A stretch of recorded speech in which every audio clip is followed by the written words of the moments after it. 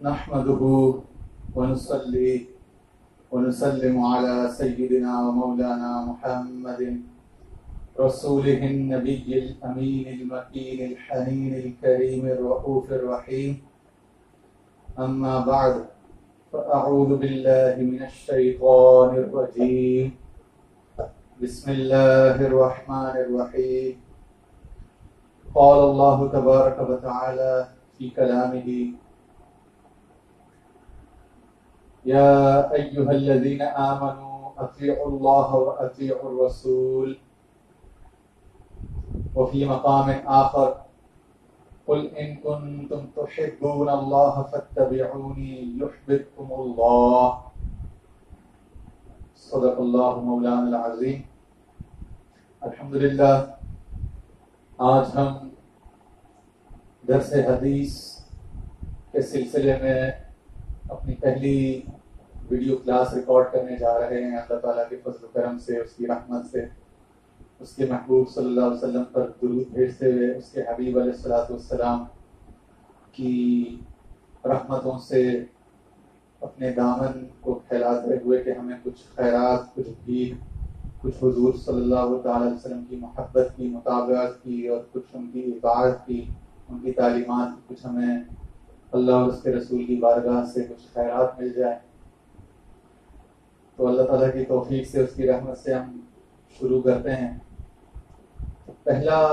جو ہمارا درس جو آج ہم اس وقت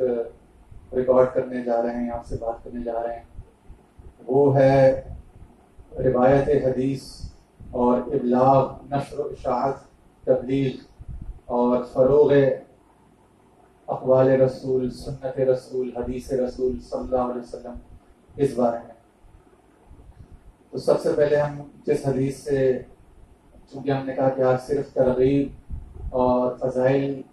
حدیث سننے سنانے کی جو ہے اس کی ہماری کلاس ہے، تو ہم یہ دیکھتے ہیں کہ حضور علیہ الصلوۃ والسلام کی حیات مبارکہ میں آپ علیہ الصلوۃ والسلام کے اقوال و افعال کو سننے کی آپ علیہ الصلوۃ والسلام کے ہاں ہمیں کیا تاکید ملتی ہے. تو اس کے لیے حدیث پاک کا سب سے معتبر ذخیرہ جو ہے، سب سے مستند ترین مجموعہ صحیح بخاری اور اس کے بعد صحیح مسلم، ان دونوں کی ایک متفق علیہ روایت سے آغاز کرتے ہیں. روایت طویل ہے، ہم اس کا صرف جو متعلقہ حصہ ہے ہمارے مضمون سے، ٹاپک سے ریلیٹڈ، اس کو ہم پڑھتے ہیں. کہ سرکار دو عالم صلی اللہ علیہ وسلم نے ارشاد فرمایا: الا هل بلغت؟ قالوا نعم. قال: اللهم اشهد فليبلغ الشاهد الغائب فرب مبلغ اوعى من سامع، كما قال علیہ الصلوۃ والسلام. متفق علیہ. یہ حدیث پاک بخاری شریف میں کئی جگہ آئی ہے. کتاب الحج میں آئی ہے، کتاب العلم میں، پھر کتاب العلم میں ایک اور باب ہے، باب لیبلغ العلم الشاہد الغائب، اس میں آئی ہے. پھر اس کے بعد کتاب المغازی میں، اور پھر صحیح مسلم میں کتاب القسامہ والمحاربین والقصاص والدیات میں. تو حدیث کی جو سب سے اعلیٰ ترین، مستند ترین قسم ہوتی ہے وہ متفق علیہ کہلاتی ہے. یعنی وہ حدیث جو امام بخاری نے بھی اپنی الجامع الصحیح البخاری میں اس کی تخریج کی، اور امام مسلم نے بھی. تو جو ہم نے اس کا عربی متن جو ہم نے قرأت کی تھی اور آپ نے سماع کیا، اس کا ترجمہ دیکھ لیتے ہیں. تو حضور علیہ السلام نے جو پورا مضمون ہے اوپر کا، وہ ارشاد فرمانے کے بعد مینا میں، یہ حج میں، حج کے دنوں میں، خطبہ حجۃ الوداع کے موقع پر آخر میں پوچھا سارے صحابہ کرام سے، 1,24,000 سے: الا هل بلغت؟ کیا میں نے نہیں پہنچا دیا، یعنی سارا پیغام؟ تو صحابہ کرام نے متفقہ طور پر جواب دیا: نعم. پھر حضور علیہ السلام نے فرمایا: اللہم اشہد، اے اللہ تو گواہ ہو جا. پھر صحابہ کرام کی طرف مخاطب ہو کر ارشاد فرمایا: فَلْيُبَلِّغِ الشَّاهِدُ الْغَائِبَ وَرُبَّ مُبَلَّغٍ أَوْعَى مِنْ سَامِعٍ. یعنی جتنے لوگ اس موقع پر موجود ہیں وہ سارے اس پیغام کو، جتنا میں نے یہ ارشادات فرمائے ہیں، تمام مواعظ کو، ان تمام اقوال کو ان تک پہنچا دیں جو اس وقت یہاں موقع پر موجود نہیں، چاہے وہ اس وقت موجود نہیں تھے یا آگے اگلی صدیوں کے اگلے دور کے لوگ تھے۔ یہ حکم عام ہے کہ جتنے لوگ جو اس وقت موجود ہیں وہ ان تک پہنچا دیں جو اس موقع پر یا اس جلسے میں، اس اجتماع میں موجود نہیں ہیں، اور پھر وہ آگے ان تک پہنچا دیں کہ جو ان سے سننے والے ہیں۔ فروق مبلغ او عام انسان ہے، ایک فرمایا کہ کئی بار ایسا ہوتا ہے کہ مبلغ، یہ اس میں مفعول ہے باب تفعیل سے، مبلغ ہو جو پیغام پہنچانے والا، مبلغ ہو جو اس پیغام کا ریسیپینٹ، ریسیور ہے، جس نے وہ پیغام سنا۔ فرمایا کہ کئی دفعہ ایسا ہوتا ہے کہ جس تک پیغام پہنچایا جاتا ہے یا جس نے وہ پیغام سنا ہوتا ہے وہ اس سے زیادہ سننے والا یا اس سے زیادہ حفظ کرنے والا یا سمجھنے والا ہوتا ہے جس نے اس کو انیشیلی اوریجنلی سنا تھا۔ یعنی کہ یہ کہا کہ جو ایک شیخ کی ایک مجلس میں ایک عالم کے، ایک پیر طریقت کی صحبت میں جو موجود ہوتے ہیں، وہ اگر اپنے پیر کی، اپنے شیخ کی، اپنے بزرگ کی، یا اپنے حضور اسلام کے دور میں صحابی تھے تو اپنے آقا نامدار صلی اللہ علیہ وسلم کے پیغام کو سن کے ہو سکتا ہے کہ اتنا یاد نہ رکھ سکیں جتنا کہ وہ آگے جن کو پہنچایا ہے وہ تابعی یا تبع تابعی وہ اس سے زیادہ یاد رکھ لے، یا وہ اس سے زیادہ اس میں سے کوئی حکمت کے موتی یا فوائد، کوئی اس میں سے معانی، مطالب، معارف، مفاہیم اخذ کر لے جو اوریجنل، جو موقع پر موجود وٹنس تھا وہ بھی نہ کر سکا۔ تو یہ اس حدیث سے مستفاد ہوتا ہے کہ ہمیں کبھی بھی فخر نہیں کرنا چاہیے اگر ہمیں کوئی نعمت ملی ہو، کیونکہ ممکن ہے کہ ہم اس چیز کو جب آگے پہنچائیں تو اگلا آدمی اس کا زیادہ اہل ہو، زیادہ اس سے بات سمجھ سکے، زیادہ اس پر بہتر عمل کر سکے، یا کم از کم زیادہ اس کو ہم سے یاد رکھ سکے۔ اسی طرح پھر ایک اور حدیث پاک ہے، اور یہ امام طبرانی کی ہے، اور بہت بڑے امام حدیث، بہت بڑے اصول حدیث کے امام رام ہرمزی، جن کی وہ کتاب غالباً چوتھی یا پانچویں صدی کے بزرگ تھے، یہ محدث تھے، ان کی کتاب ہے المحدث الفاصل بین الراوی والواعی۔ تو امام طبرانی کی معجم الاوسط اور امام رام ہرمزی کی کتاب جو المحدث الفاصل میں سے یہ حدیث روایت کر کے سناتے ہیں۔ عن ابن عباس رضی اللہ عنہ قال سمعت رسول اللہ صلی اللہ علیہ وسلم يقول اللهم ارحم خلفاءنا قلنا یا رسول اللہ وما خلفاؤكم قال الذين يأتون من بعدي يروون أحاديثي وسنتي ويعلمونها الناس او كما قال علیہ الصلوۃ والسلام۔ حضرت سیدنا عبداللہ بن عباس رضی اللہ تعالیٰ عنہ فرماتے ہیں کہ میں نے رسول کریم صلی اللہ علیہ وسلم کو یہ ارشاد فرماتے ہوئے سنا کہ آپ دعا فرما رہے تھے صلی اللہ علیہ وسلم، اے اللہ میرے خلفاء پر، میرے نائبین پر، میرے جانشینوں پر رحم فرما۔ تو صحابہ کرام بڑے متجسس ہوئے کہ یہ کون اتنے خوش نصیب ہے جن کو سرکار دو عالم صلی اللہ علیہ وسلم ہمارے سامنے، جو ہم ان کی صحبت میں ہر وقت موجود رہتے ہیں۔ تو فرمایا جا رہا ہے کہ وہ میرے خلفاء ہیں، یہ کون خوش نصیب ہے؟ تو انہوں نے پوچھا کہ وما خلفاؤکم یا رسول اللہ، سرکار صلی اللہ علیہ وسلم سے پوچھا کہ یا رسول اللہ وہ خلفاء آپ کے، وہ نائبین، وہ کون ہیں جن کو اپنی خلافت زندگی میں ایوارڈ کیے جا رہے ہیں، ان کو اس کا اذن اور ان کو اس کا مژدہ سنائے جا رہے ہیں، وہ کون خوش نصیب ہیں؟ تو حضور سید عالم صلی اللہ علیہ وسلم نے جواب میں ارشاد فرمایا الذین یأتون من بعدی، فرمایا یہ وہ لوگ ہوں گے جو میرے بعد آئیں گے، یروون احادیثی و سنتی، اور یہ میری احادیث کو اور میری سنتوں کو روایت کیا کریں گے، ویعلمونها الناس، اور لوگوں کو میری احادیث اور میری سنتیں سکھایا کریں گے۔ علامہ یعلم باب تفریق سے یہ صیغہ جو ہے، یہ باب جو ہے، یہ دو مفعول کا تقاضا کرتا ہے۔ یعلمونہا یعنی سکھائیں گے وہ اس کو، اور سکھائیں گے کیا؟ یعنی سکھائیں گے حدیث، اور سکھائیں گے کس کو؟ لوگوں کو، یعنی عام لوگوں تک میرے اقوال، میرے افعال، میری تقریرات، میری احادیث اور میری سنتوں کو جو ہے وہ باہم پہنچایا کریں گے۔ تو حضور علیہ السلام نے ان کو اپنا خلفاء، اپنا خلیفہ ارشاد فرمایا ہے۔ تو کیا ہی مجدہ جاں فضا ہے، اور اللہ تعالیٰ بس اسی لالچ میں ہم نے ادھر سے حدیث شروع کیا کہ اللہ تعالیٰ ہمیں اس زمرہ خلفاء میں حضور علیہ السلام کے زمرہ خلفاء میں جو ہے آپ علیہ السلام کی رحمت سے، آپ کے نواسوں کے صدقے میں، آپ کے صحابہ آپ کے اور اولیاء اللہ کے صدقے میں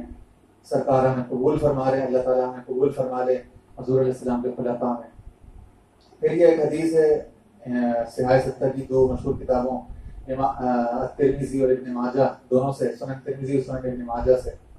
حضرت عبداللہ بن مسعود مشہور فقیہ صحابی، مجتہد مفتی صحابی، ان سے منقول ہے، بعد میں کوفہ آ گئے تھے اور فقہ حنفی کا بیشتر حصہ ان سے مروی ہے، ان سے ماخوذ ہے۔ عن عبداللہ بن مسعود رضی اللہ عنہ قال قال رسول اللہ صلی اللہ تعالی علیہ وسلم نضر اللہ امرأ سمع منا شیئا فبلغه كما سمع فرب مبلغ اوعى من سامع او كما قال علیہ السلام۔ حضرت عبداللہ بن مسعود رضی اللہ عنہ فرماتے ہیں کہ ہم نے رسول اللہ صلی اللہ علیہ وسلم کو ارشاد فرماتے ہوئے سنا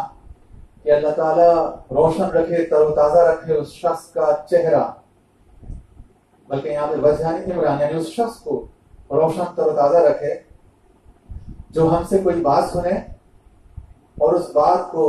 من نوعن کما سمع، یعنی جیسا اس نے سنا ویسا ہی اس کو آگے پہنچا دے، اس کا ابلاغ یا اس کی تبلیغ، اس کا فروغ، اس کی تشہیر، اس کی اشاعت فرما دے۔ فرب مبلغ اوعى من سامع، اتنا حصہ وہی جو پہلا میں پڑھا تھا اس میں بھی تھا کہ بسا اوقات ایسا ہوتا ہے، بارہا ایسا ہوتا ہے کہ جس تک وہ بات پہنچائی جاتی ہے وہ اس سے زیادہ حقدار ہوتا ہے جس نے اوریجنلی وہ بات سنی۔ اس طرح پھر آگے ایک اور حدیث ہے، وہ امام ترمذی نے اپنی سنن میں لی ہے اور امام طبرانی نے اپنی المعجم الاوسط میں، اور امام ترمذی نے اپنی کتاب العلم میں یہ باب باندھا ہے، باب ما جاء فی الحث علی تبلیغ السماع، یعنی باب حدیث کا اس بارے میں کہ سماع حدیث اور تبلیغ حدیث یا تبلیغ سماع حدیث کی فضیلت اور اس کی رغبت کے بارے میں کیا کچھ ہمیں حدیثوں میں سنت سے ملتا ہے۔ تو یہاں حضرت عبداللہ، اچھا یہ یہاں پہ بھی دوبارہ صحابی وہی حضرت عبداللہ بن مسعود رضی اللہ عنہ فرماتے ہیں عن النبی صلی اللہ علیہ وسلم قال نضر اللہ امرأ سمع مقالتی فوعاها وحفظها وبلغها، یعنی اللہ خوش رکھے اس آدمی کو، اس شخص کو جس نے ہم سے کوئی بات سنی، کوئی حدیث سنی، پھر اسے یاد رکھا، پھر اسے محفوظ رکھا، چاہے لکھ کر یا اپنے سینے میں اچھی طرح، اور پھر اسے کما حق کو پہنچا دیا۔ کیونکہ بسا اوقات ایسا ہوتا ہے فرب حامل فقہ الی من هو افقہ منہ، کئی بار ایسا ہوتا ہے کہ روایت بیان کرنے والے سے زیادہ سمجھ بوجھ کے مالک وہ ہوتے ہیں جن تک وہ بات بعد میں پہنچائی جاتی، جو سیکنڈ ٹیئر، سیکنڈ اسٹیپ کے لسنرز ہوتے ہیں یا تھرڈ یعنی ٹرشری لسنرز ہوتے ہیں، tertiary level, secondary level listeners ہوتے ہیں، وہ زیادہ افقہ منہ، وہ اس سے زیادہ سمجھدار، اس بات کو زیادہ سمجھ جاتے ہیں جو جس نے اوریجنلی وہ بات ریسیو کی تھی۔ تو یہ یعنی کہ چراغ سے چراغ جلانے والی بات ہے، اور چراغ سے چراغ جلاتے ہوئے یہ بات مد نظر رکھنی چاہیے کہ بعض اوقات اگر ہم کسی کا چراغ جلاتے ہیں تو ممکن ہے کہ اس کے چراغ کی روشنی کئی گنا زیادہ، حدیث پاک سے یہی استنباط ہوتا ہے، یہی مستفاد ہوتا ہے۔ پھر حضرت زید بن ثابت رضی اللہ عنہ بہت مشہور صحابی ہیں، حضور اسلام کے غلام تھے اور کاتب وحی تھے اور سب کچھ، فرماتے ہیں سمعت رسول اللہ صلی اللہ علیہ وسلم یقول، اور یہ حدیث امام ابو داؤد نے سنن ابی داؤد میں اور امام ابن ماجہ نے اپنی سنن میں روایت کی ہے، فرماتے ہیں یقول صلی اللہ علیہ وسلم نضر اللہ امرأ سمع منا حدیثا فحفظه حتى يبلغه فرب حامل فقہ الى من هو افقہ منه ورب حامل فقہ لیس بشقی، یعنی اللہ تعالیٰ اس شخص کو خوش خرم رکھے جس نے مجھ سے حدیث پاک سنی اور اسے یاد رکھا اور اسے دوسروں تک پہنچا دیا۔ کیونکہ کئی بار ایسا ہوتا ہے کہ فقہ جاننے والے ایسے ہوں گے کہ وہ اپنے سے زیادہ فقہ جاننے والوں کو وہ حدیث بیان کر دیں گے، اور کئی حاملین فقہ ایسے ہوں گے جو حقیقت میں اس درجے کے فقیہ نہیں ہوں گے، یعنی کئی پہنچانے والے ایسے ہوں گے جو حقیقت میں اس درجے کے سمجھدار، اس بات کو سمجھنے والے، اس کے حامل ہونے والے نہیں ہوں گے جتنے کہ اس سے اگلے اسٹیپ پر لینے والے ہوا کریں گے۔ تو یہ کم و بیش الفاظ کی کمی بیشی کے ساتھ ایک ہی مضمون، ایک ہی معنی ہے، صرف حضرت عبداللہ بن مسعود کی ایک اور حدیث ہے جو امام شافعی نے اپنی الرسالہ میں اور امام طبرانی نے امام رام ہرمزی کا پہلے ذکر وائن صاحب نے نقل کیا ان رسول اللہ صلی اللہ علیہ وسلم قال نذر اللہ عبدا سمع مقالتی فحفظها ووعاها وقدها. اللہ تعالیٰ اس شخص کو تر و تازہ یعنی خوش و خرم رکھے جس نے میری حدیث سنی، پھر اسے یاد کیا، پھر اسے اچھی طرح ذہن نشین کیا اور پھر اسے آگے ہی پہنچا دیا. پھر اس طرح ایک اور حدیث ہے، یہ بھی حضرت عبداللہ بن مسعود سے ہے اور یہ امام بہقی نے السنن الکبریٰ میں روایت کی ہے. امام بہقی نے شعب الایمان میں یہ روایت کی ہے اور امام قزوینی نے، امام راہ ہرمزی نے، امام شاشی نے، تمام محدثین نے اپنی سند کے ساتھ اس کی تخریج کی ہے. تو فرماتے ہیں حضرت عبداللہ بن مسعود رضی اللہ عنہ اور رسول اللہ صلی اللہ علیہ وسلم نذر اللہ رجلا سمع منا کلمة فبلغها كما سمع فإنه رب مبلغ أوعى من سامع. اللہ تعالیٰ اس شخص کو تر و تازہ رکھے، خوش و خرم رکھے جس نے ہم سے کوئی کلمہ سنا. اب یہاں کلمہ آگے تھے، ایک کلمہ بھی اگر ہم سے سنا ہے، ایک لفظ، تو اس کو بھی بغیر کسی کمالیشی کے اسی طرح آگے پہنچا دے جس طرح اس نے سنا تھا. بے شک بہت سے لوگ جن کے پاس دین کی بات پہنچتی ہے وہ براہ راست سننے والوں سے زیادہ محفوظ کرنے والے، زیادہ بہتر فہم رکھنے والے ہوتے ہیں جس طرح. اور اس باب میں بے شمار اس طرح کی حدیث ہیں. اللہ تعالیٰ ہمیں عمل کی توفیق عطا فرمائے. اللہ تعالیٰ ہمیں ان